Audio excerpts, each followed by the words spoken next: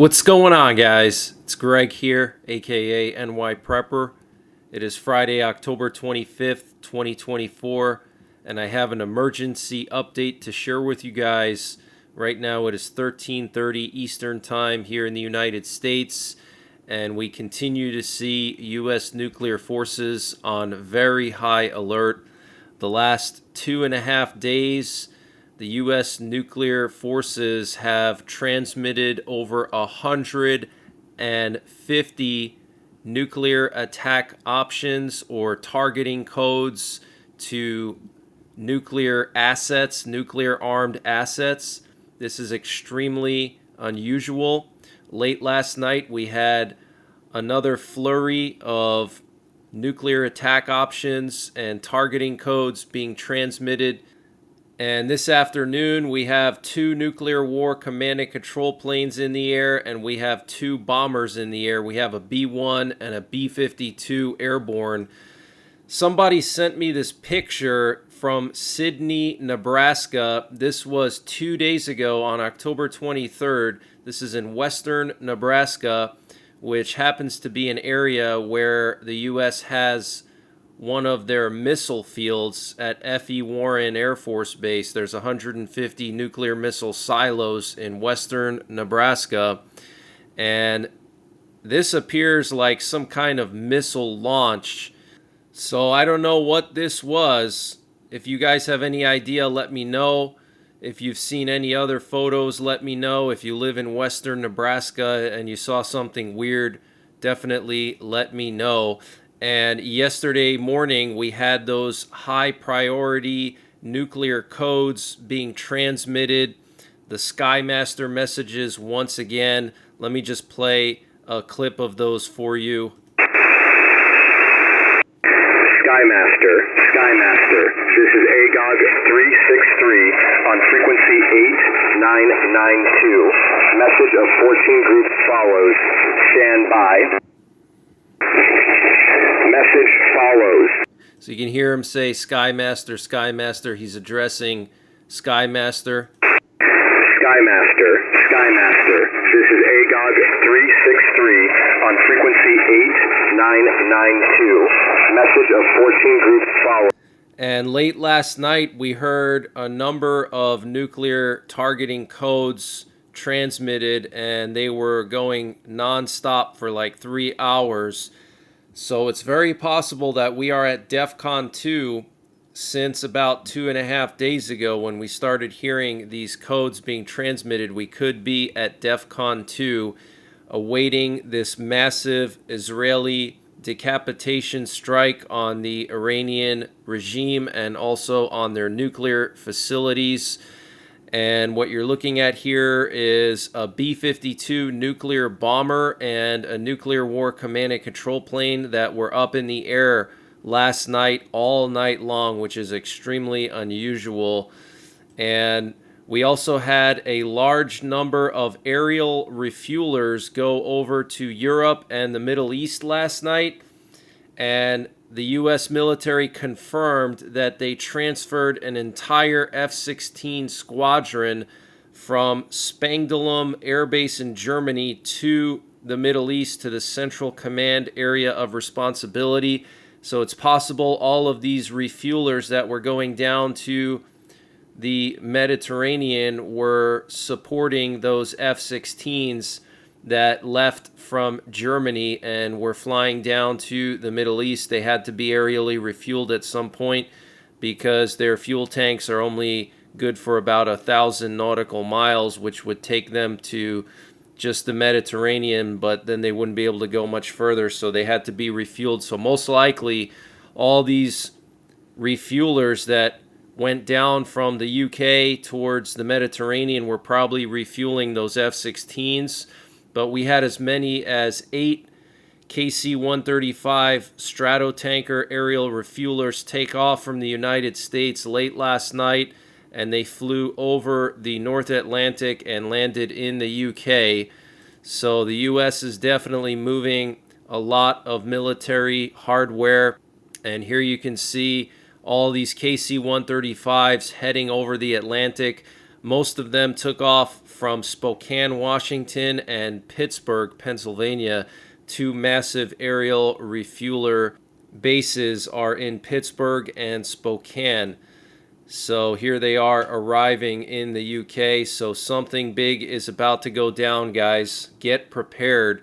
And here you can see all of these aerial refuelers taking off from Spokane, Washington.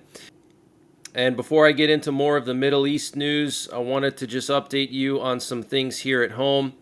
So, Washington State reported 3 more human cases of H5N1 bird flu, taking the state's total to 7. So, 7 cases of H5N1 bird flu.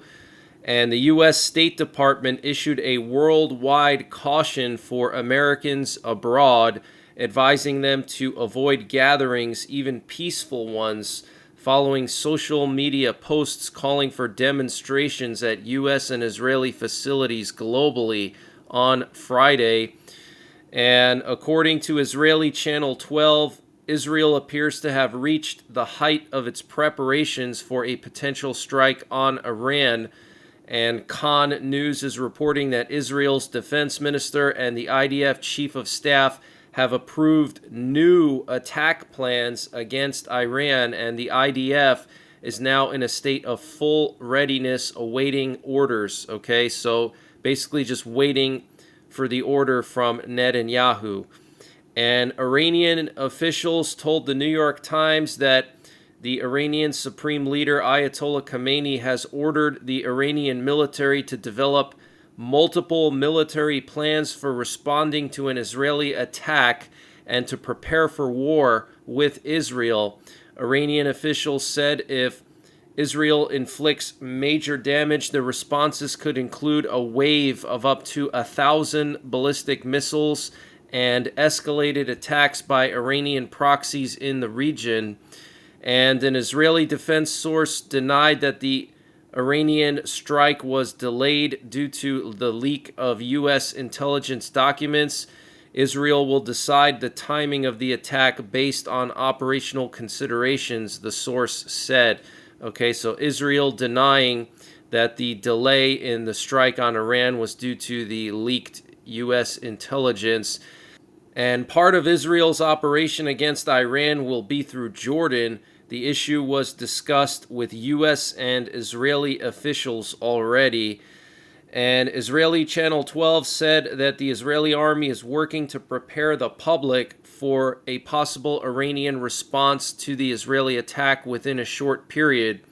The Air Force conducted maneuvers, the home front held discussions, and defenses are ready for any Iranian response. Israeli Channel 12 also said that recent Israeli Air Force drills bolstered Israeli readiness for the strike in Iran, enabled the IDF to test various capabilities. The air defenses are armed and ready for an expected Iranian response, and the THAAD missile system sent from the U.S. is now in place. And there are reports that Iran has deployed military units to its border regions. This was reported by Sky News Arabia. And all security centers of the Basij forces, a group affiliated with the IRGC, have been placed on high alert in response to the possibility of a major Israeli attack targeting oil and military facilities. So a group affiliated with the IRGC is now on high alert. And Qatar Airways has suspended commercial flights to and from Iran, Iraq, and Lebanon. And Russia provided satellite intelligence to the Houthis to help them launch missile and drone attacks on Western ships in the Red Sea, the Wall Street Journal reported, citing an unnamed source. Wow, so that is absolutely huge. And Ukraine's defense intelligence reports that approximately 12,000 North Korean soldiers have now arrived in Russia's Kursk region. Very interesting. And the Wall Street Journal claims that Elon Musk has secretly been in regular contact with Russian President Putin since 2022. And the EU chief Ursula von der Leyen canceled talks with Serbia's Prime Minister Milos Vucevic on Friday because of his earlier meeting with the Russian economy minister. And an Air Force base in Indiana has become the latest hotspot for mysterious UFOs after residents spotted swarms of fast-moving glowing orbs in the skies. Dozens of people in Kokomo, which sits just 13 miles south of Grissom Joint Air Reserve Base, reported seeing hovering, flickering lights that vanished into thin air. The uncanny sightings, most reported on October the 7th, echo recent UFO waves near military sites, including Joint Base Langley Eustis in Virginia, where officials reported seeing flashing red, green, and white lights that were moving at rapid speeds. Wow. And I want to just show you guys some more flights. So what you're looking at here are 3 aerial refuelers that were active off the coast of Savannah, Georgia last night. They were flying super low. This is very unusual. And they all had the same call sign, semi, okay? Semi 34, semi 35, and semi 36. Very unusual. Not sure what was going on over there. We had some more activity in the Baltic area. Here we have an aerial refueler that was flying really low off the coast of Sweden and Poland in the Baltic Sea. There was also a NATO AWACS plane flying over Poland last night. We also had a reconnaissance plane patrolling the border of North and South Korea. And here's a picture of one of these UFOs that was flying over Indiana on October the 7th. You can just barely make out these lights over here up towards the top of the picture, these 2 white lights here in the night sky. But that's the latest breaking news that I have. I'm continuing to monitor the nuclear forces. I have my 24/7 live stream up right now, so you can tune into the stream and listen to the nuclear forces. I have my own radio with a 375-foot antenna, so this way I can pick up global nuclear forces, and that radio is piped right into the live stream, so it's available 24/7. And check out my Telegram and Twitter. The links to my Telegram and Twitter are in the description below this video. I post all of my updates there. So if you follow me there, you'll never miss an update. I also post some extra stuff occasionally on those platforms.